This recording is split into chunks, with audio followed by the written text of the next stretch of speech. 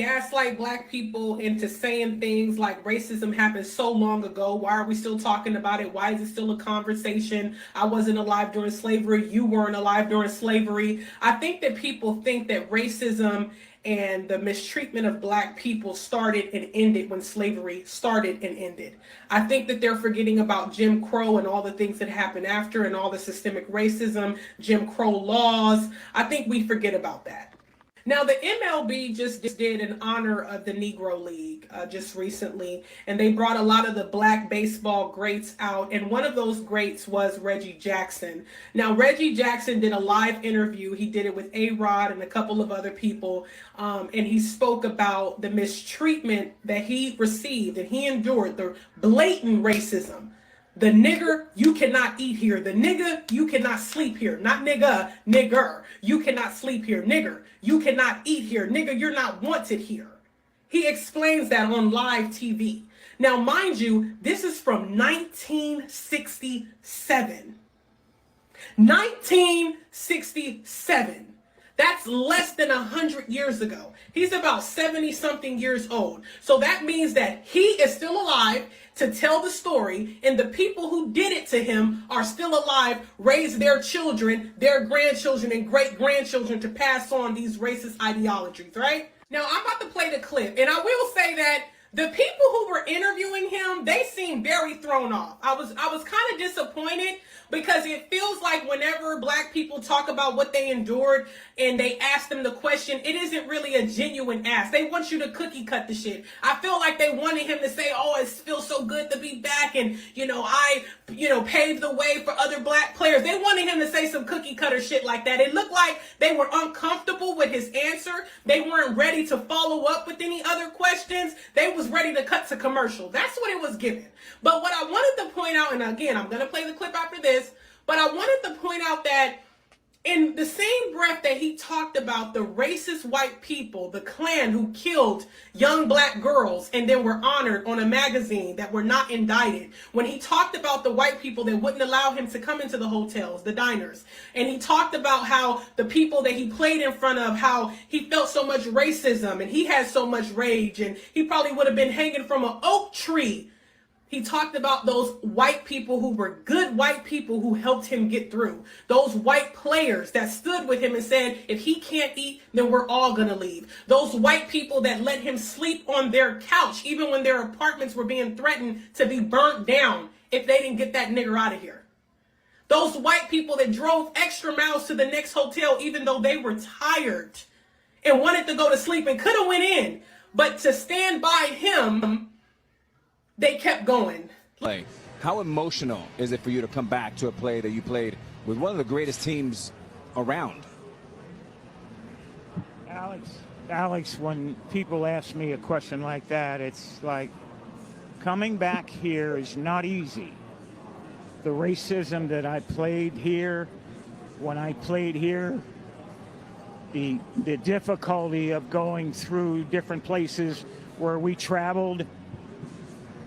Fortunately, I had a manager and I had players on the team that helped me get through it. But I wouldn't wish it on anybody. People said to me today, I spoke, and they said, you think you're a better person? You think you won when you played here in Concord? I said, I would never want to do it again. I walked into restaurants and they would point at me and said, can't eat here. I would go to a hotel and they said, can't stay here. We went to Charlie Finley's country club for a welcome home dinner, and they pointed me out with the N-word. He can't come in here. Finley marched the whole team out. Finally, they let me in there. He said, we're going to go to the diner and eat hamburgers. We'll go where we're wanted. Fortunately, I had a manager, Johnny McNamara, that if I couldn't eat in the place, nobody would eat. We'd get food to travel. If I couldn't stay in a hotel, they'd drive to the next hotel and find a place where I could stay.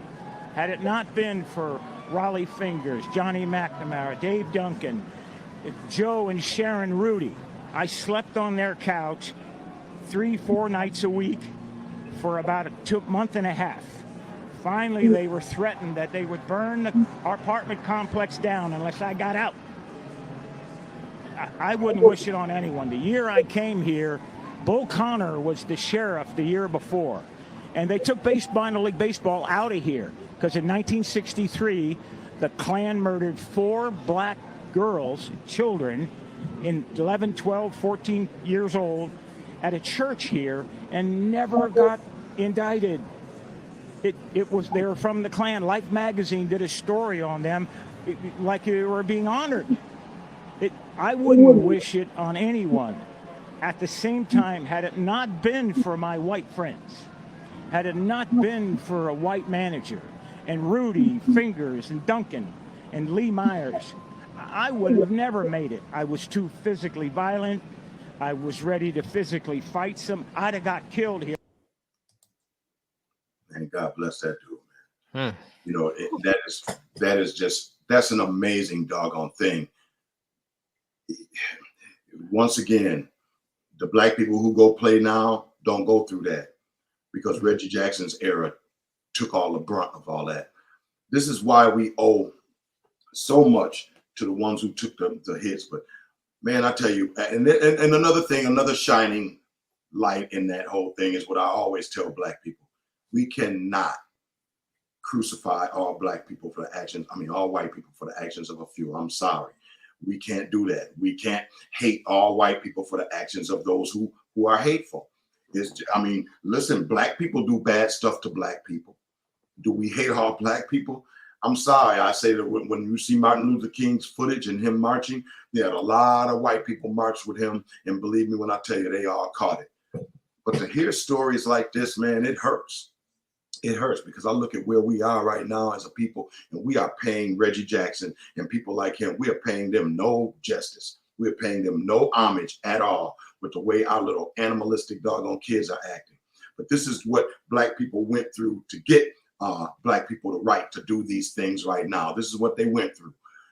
Can't eat here, can't drink at that fountain, can't sleep here. All the stuff that black people couldn't do. But thank God for his people.